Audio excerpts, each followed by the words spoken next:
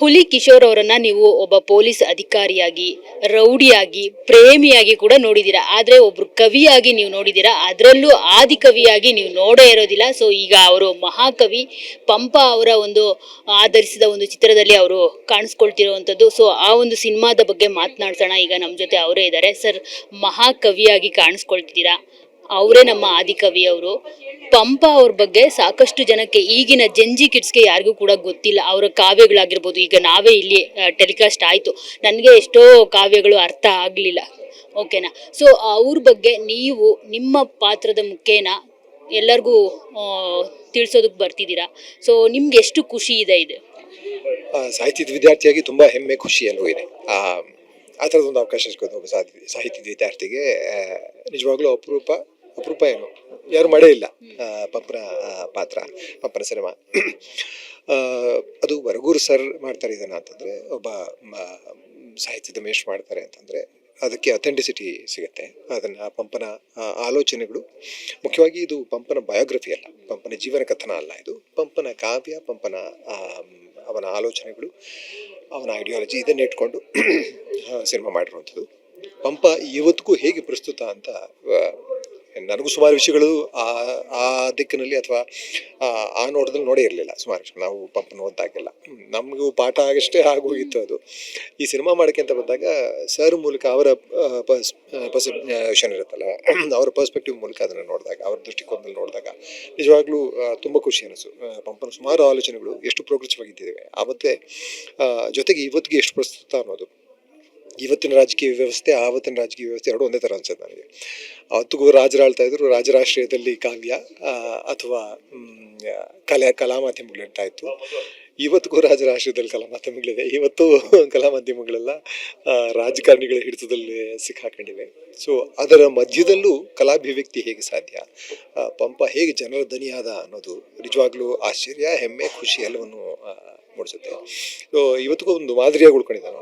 So ರಾಜಾಶ್ರಯದಲ್ಲಿದ್ದು ರಾಜರ ಅಂದರೆ ರಾಜರ ದರ್ಪದ ಬಾಳಿಕೆ ಎಲ್ಲದರ ವಿರುದ್ಧ ಒಂದು ಅವನ ಮಾಧ್ಯಮದ ಮೂಲಕ, ಅವನ ಕಾವ್ಯದ ಮೂಲಕ ದನಿ ಎತ್ತಿದ್ದು ನಿಜವಾಗ್ಲೂ ತುಂಬಾ ಒಂದು ಮಾಡೆಲ್ ಥರ ನಿಂತ್ಕೊತಾನೆ ಪಂಪ ಇವತ್ತು. ಸೊ ಅವರು ಈಗ ಒಂದು ಸಾಂಗ್ ಟೆಲಿಕಾಸ್ಟ್ ಆಯ್ತಲ್ಲ, ಮನುಷ್ಯ ಜಾತಿ ತಾನೊಂದೇ ಬಲಂ ಅಂತ ಹೇಳ್ಬಿಟ್ಟು. ಸೊ ಅವರು ಏನು ಹೇಳೋದು ಕೊಟ್ಟಿದ್ದಾರೆ ಅಂತಂದರೆ, ಅವರ ಸಿದ್ಧಾಂತಗಳು ಏನು ಹೇಳಿತ್ತು, ಅವರ ಐಡಿಯಾಲಜಿಗಳು ಏನಿತ್ತು, ಸೇಮ್ ಅದನ್ನು ನಾವು ನಿಮ್ಮಲ್ಲೂ ನೋಡ್ಬೋದು. ಅದೇ ನೀವು ಕೂಡ ಅದೇ ಹೇಳುವಂಥದ್ದು, ಮನುಷ್ಯ ಜಾತಿ ಒಂದೇ ಇರೋದು, ಬೇರೆ ಯಾವುದೂ ಇಲ್ಲ ಅಂತ ಹೇಳ್ಬಿಟ್ಟು.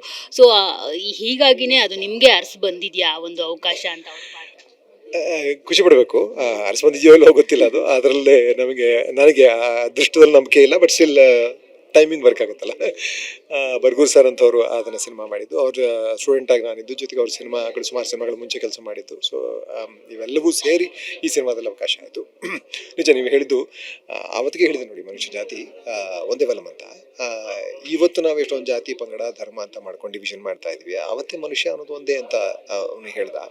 ಅಂದರೆ ಹಾಗೇನೆ ನಮ್ಮ ಸಾಹಿತ್ಯದಲ್ಲಿ, ನಮ್ಮ ನಾಡಿನಲ್ಲಿ ಆ ಥರದೊಂದು ಆಲೋಚನೆ ಯಾವತ್ತಿನ ಇತಿಹಾಸದಲ್ಲಿ ಕನ್ನಡ ಭಾಷೆ ಸೃಷ್ಟಿಯಾದ ಕಾಲದಿಂದನೂ ಇದ್ದಿದೆ. ಅಲ್ಲಿಂದ ಆಚೆ ಬಸವಣ್ಣ ಬಂದರು, ಬಸವಣ್ಣ ಅನ್ನೋದೇ ಹೇಳಿದ್ರು, ಸುಮಾರು ಕವಿಗಳು ಅದನ್ನೇ ಮಾತಾಡಿದ್ರು. ಅಷ್ಟೆಲ್ಲ ಮಾಡಿದ್ರು ಇವತ್ತು ನಾವು ಜಾತಿ ಧರ್ಮದ ರಾಜಕೀಯ ಮಾಡ್ತಾ ಇದ್ದೀವಿ ಅನ್ನೋದು ನಿಜವಾಗ್ಲೂ ನಮ್ಮನ್ನು ನಾವು ಪ್ರಶ್ನಿಸ್ಕೋಬೇಕು. ಪಂಪನ್ನು ಮುಂದೆ ಇಟ್ಕೊಂಡು ಅದರಿಂದ ಕಲಿಯಬೇಕಷ್ಟೇ ನಾವು. ಇದಕ್ಕೆ ನಿಜವಾಗ್ಲೂ ನನಗೆ ಖುಷಿ ಇದೆ. ಯಾಕಂದರೆ ಅವನ ಆಲೋಚನೆಗಳು, ಅವನ ಸಿದ್ಧಾಂತಗಳು ಅದೆಲ್ಲ ಎಲ್ಲದರಿಂದನೂ ನಾವು ಕಲ್ತಿದ್ದೀವಿ ಅನ್ಸುತ್ತೆ. ಓದ್ತಾ ಅದರಿಂದ ಗೊತ್ತಿಲ್ಲದೆ ಕಲಿಕೆ ಆಗಿರುತ್ತೆ. ಥ್ಯಾಂಕ್ಸ್ ಹೇಳಬೇಕು ನಾವು ಪಂಪನಿಗೆ, ನಮ್ಮ ಇತಿಹಾಸಕಾರರಿಗೆ, ನಮ್ಮ ಪೂರ್ವಜರಿಗೆ, ಎಲ್ರಿಗೂ ನಾವು ಧನ್ಯವಾದಗಳು. ಈ ಥರದೊಂದು ನಾಡು ಕಟ್ಟಿದ್ದಾರೆ, ನಮಗೆ ಈ ಥರದ ಎಕ್ಸಾಂಪಲ್ಸ್ ನೋಡಿಸಿ ಹೋಗಿದ್ದಾರಲ್ಲ, ಸಾಹಿತ್ಯದ ಮೂಲಕ, ಕವಿತೆಗಳ ಮೂಲಕ, ಕಾವ್ಯದ ಮೂಲಕ ನಮಗೆ ರೆಫರೆನ್ಸ್ಗೆ ಉದಾಹರಣೆಗಳನ್ನ ಬಿಟ್ಟು ಹೋಗಿದಾರಲ್ಲ, ಅದಕ್ಕೆ ನಾವು ಧನ್ಯವಾದ ಹೇಳಬೇಕು. ನಾವು ಇವತ್ತು ಕೋಟ್ ಮಾಡ್ಬೋದಲ್ಲ, ನಾನು ಹೇಳಿದ್ರೆ ನೀನು ಅವನು ಹೇಳಕ್ಕೆ ಅಂತ ಕೇಳ್ತಾರೆ, ಪಂಪನೇ ಹೇಳ್ತಾರೆ ಅಂದರೆ ಕೇಳ್ತಾರೆ, ಬಸವಣ್ಣ ಹೇಳಿದ್ದಾರೆ ಅಂದರೆ ಕೇಳ್ತಾರೆ.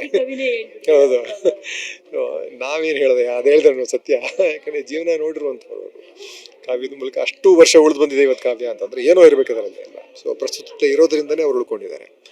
ಹಾಗಾಗಿ ಹೇಳೋದಕ್ಕೊಂದು ರೆಫರೆನ್ಸ್ ಪಾಯಿಂಟ್ ಆಗಿ ನಮಗೆ ಇನ್ನೂ ಮಾದರಿಯಾಗಿ ಉಳಿದಿರುವಂಥ ಪಂಪನ ಆಲೋಚನೆಗಳು, ಸಿದ್ಧಾಂತಗಳನ್ನ ಇಟ್ಕೊಂಡು ಮಾಡಿರುವಂಥ ಸಿನಿಮಾ ಡೆಫಿನೆಟ್ಲಿ ತುಂಬ ರಿಲೆವೆಂಟ್ ಅಂತ ನನಗೆ ಅನಿಸುತ್ತೆ.